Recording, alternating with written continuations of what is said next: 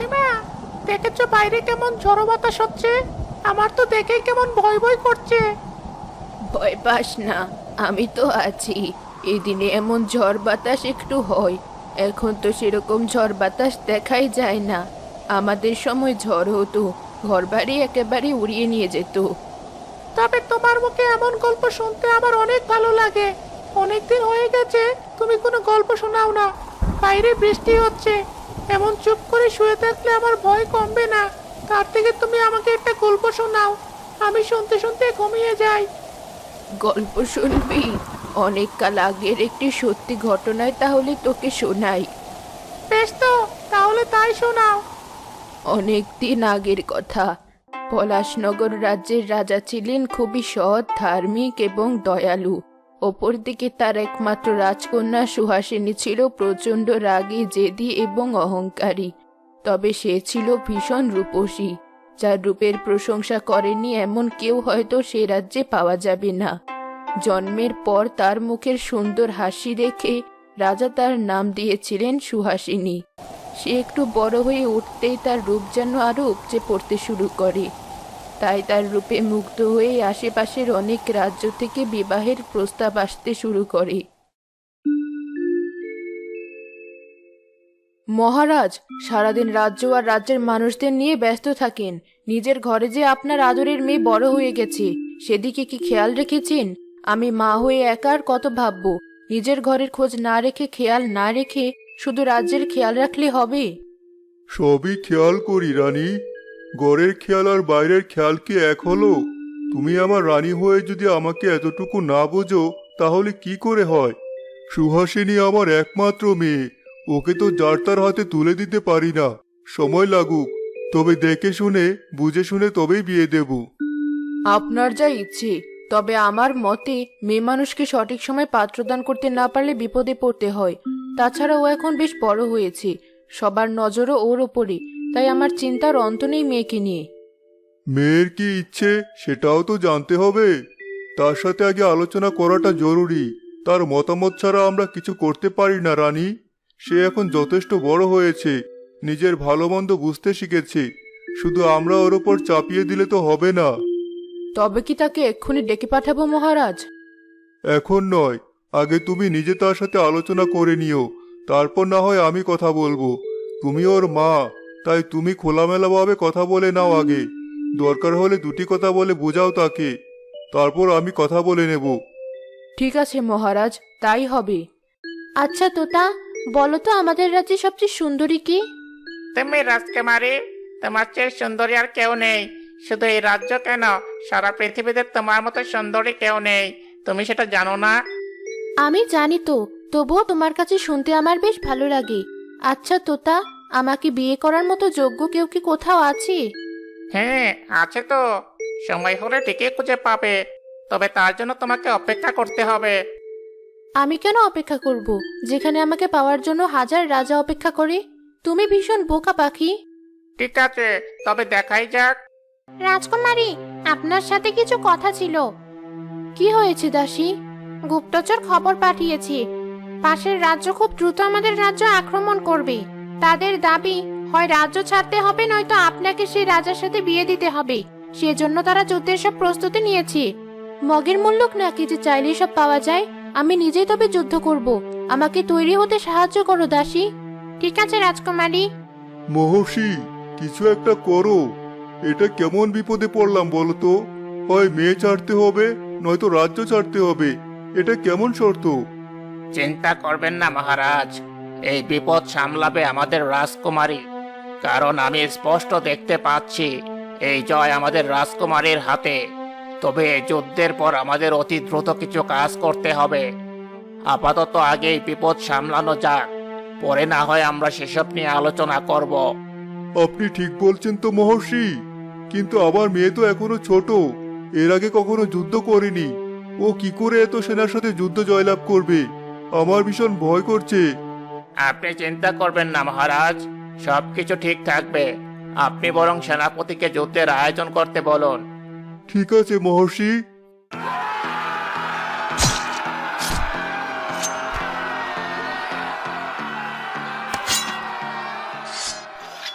বাবা, আমি পেরেছি।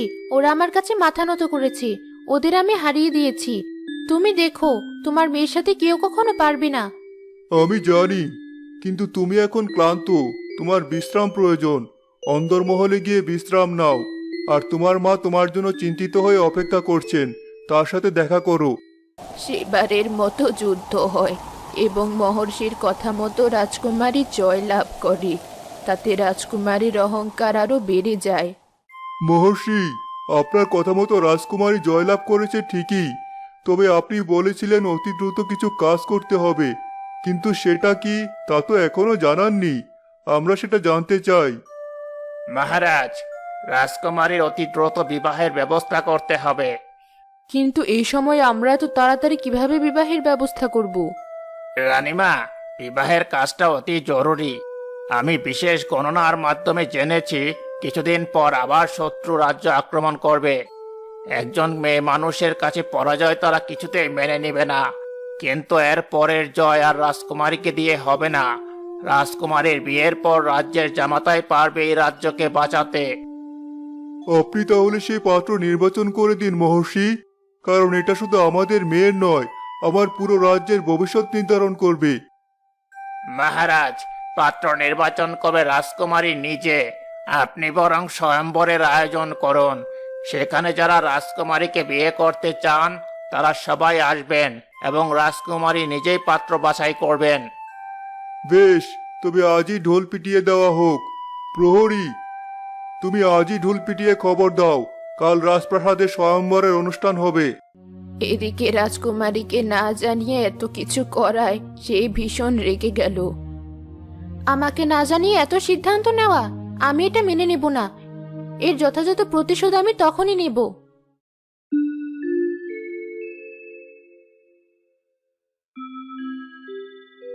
আপনাদের সকলকে আমার রাজপ্রাসাদে স্বাগতম।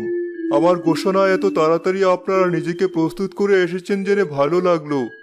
আজ আমার মেয়ে স্বয়ম্বর গ্রহণ করবে, কিন্তু বাকি যারা থাকবেন তারা আমার অতিথিয়তা গ্রহণ করবেন এবং আপনাদের জন্য সামান্য উপহার থাকবে, সেগুলো গ্রহণ করবেন।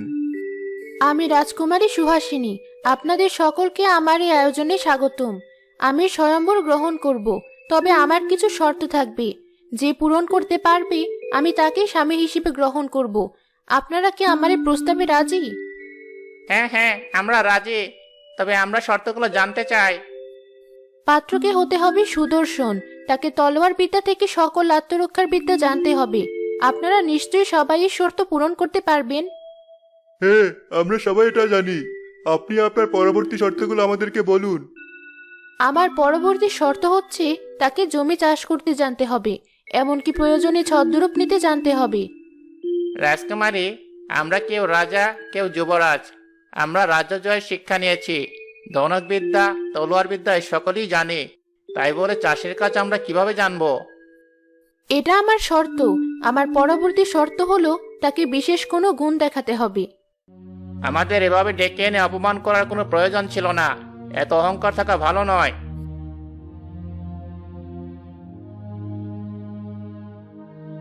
রাজকুমারী সুহাসিনী, তোমাকে আমরা আদর করে মাথায় তুলেছি, কিন্তু তোমাকে কাউকে অপমান করার মতো অধিকার আমরা দেইনি। মহারাজ, অনুগ্রহ করে আমার কিছু কথা শুনবেন। কে তুমি? কি তোমার পরিচয়? আমি এই রাজ্যের একজন গরিব চাষার ছেলে। আমার মা এই প্রাসাদে কাজ করত, তাই ছোটবেলাটা আমার এখানেই কেটেছে। প্রথমত, আমি যথেষ্ট সুদর্শন দেখতে। আমি এখানে থেকে সকল যুদ্ধকৌশলী শিখেছি। বাবা কৃষক হওয়াতে আমি চাষের কাজও জানি, ছদ্মবেশ ধারণ করতেও জানি। এমনকি রাজকুমারীর যে বিশেষ গুণ থাকার কথা বলেছেন সেটাও আমার ভেতরে রয়েছে। তাই বলে চাষির ছেলের সাথে আমার মেয়ের বিয়ে দেব? আমার মেয়ের বিলাসিতা সম্পর্কে কোনো ধারণা আছে তোমার? মহারাজ, রাজকুমারী তার শর্তে কোথাও বলেননি যে পাত্রকে রাজপুত্র বা রাজা হতে হবে, আর এটাও বলেননি যে বিয়ের পর তাকে বিলাসিতায় রাখতে হবে। তবে আমি আমার সাধ্য অনুযায়ী তাকে দুবেলা ডাল ভাত খাওয়াতে পারবো। তাহলে কি সেই বিশেষ গুণ তোমার? আমি অসাধারণ বাঁশি বাজাতে পারি, যেটা শুনিয়ে যে কাউকে বশ করে ফেলতে পারি। আমি যেহেতু রাজকুমারীর সব শর্ত পূরণ করতে পেরেছি, তাই শর্ত অনুযায়ী রাজকুমারীর সাথে আমার বিবাহের ব্যবস্থা করে প্রতিশ্রুতি রক্ষা করুন মহারাজ। রাজকুমারী, তোমার কি আর এই ব্যাপারে কিছু বলার আছে? আশা করি কিছু বলার থাকবে না, কারণ শর্তগুলো তুমি নিজেই ভেবে বলেছ। এমনকি আমাদের সাথে আলোচনাও করনি। নিজের রাগের প্রতিশোধের ফাঁদে আমি নিজেই পড়ে গেলাম। মহারাজ, আমি গণনা করে দেখেছি এই যুবকই রাজকুমারীর জন্য যোগ্য পাত্র। আপনি আপনার প্রতিশ্রুতি রক্ষা করুন। হ্যাঁ মহর্ষি, আমি আমার কথা রাখবো। আজই আমি ওদের বিয়ে দেব। সেই সন্ধ্যায় কিছু মানুষের উপস্থিতিতে রাজকুমারীর বিয়ে হয় সে যুবকের সাথে, এবং বিয়ের পরে যুবক তার বউকে নিয়ে বাড়িতে যায়। কাঁদছো কেন সুহাসিনী? নতুন ঠিকানা কি তোমার ভালো লাগেনি? তুমি আমার নাম ধরে ডাকার সাহস কোথায় পেলে? তুমি জানো না আমি কে? এই রাজ্যের রাজকন্যা আমি।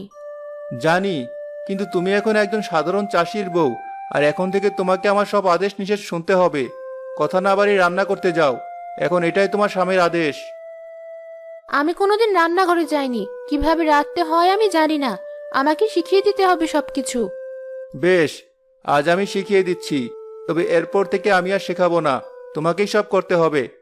আস্তে আস্তে রাজকুমারী সব শিখে ফেলে। তার রূপের অহংকার থাকে না।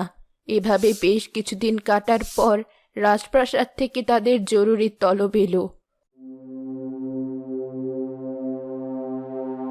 তোমাদের জরুরি তলব করার কিছু কারণ আছে। আমাদের শত্রু রাজ্য থেকে খবর এসেছে, তারা আমাদের সাথে যুদ্ধ ঘোষণা করবে। আমরা হেরে গেলে ওরা আমাদের রাজ্য দখল করবে। যেহেতু এই রাজত্বের ভবিষ্যৎ রাজারানী তোমরাই, তাই আমি চাই তোমরা এই রাজ্য রক্ষা করো।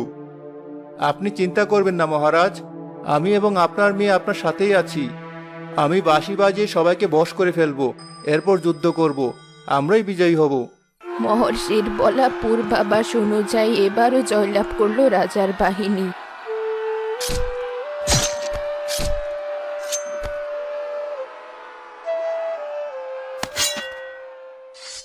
পরে তিনি তার রাজত্বের অর্ধেক লিখে দিলেন জামাতার নামে। রাজকুমারী সুহাসিনী তার স্বামীর সাথে সুখে দিন কাটাতে লাগলো। এই দেখো, গল্প শুনতে শুনতে কখন ঘুমিয়ে গেছে খেয়ালই করিনি। পরে আবার বলবে আমি তো ঘুমিয়েছিলাম, কিছুই শুনিনি, আবার বলো। তখন আমাকে আবার বলতে হবে। বাইরের বৃষ্টিও মনে হচ্ছে থেমে এসেছে। এবার আমিও একটু ঘুমিয়ে নেই।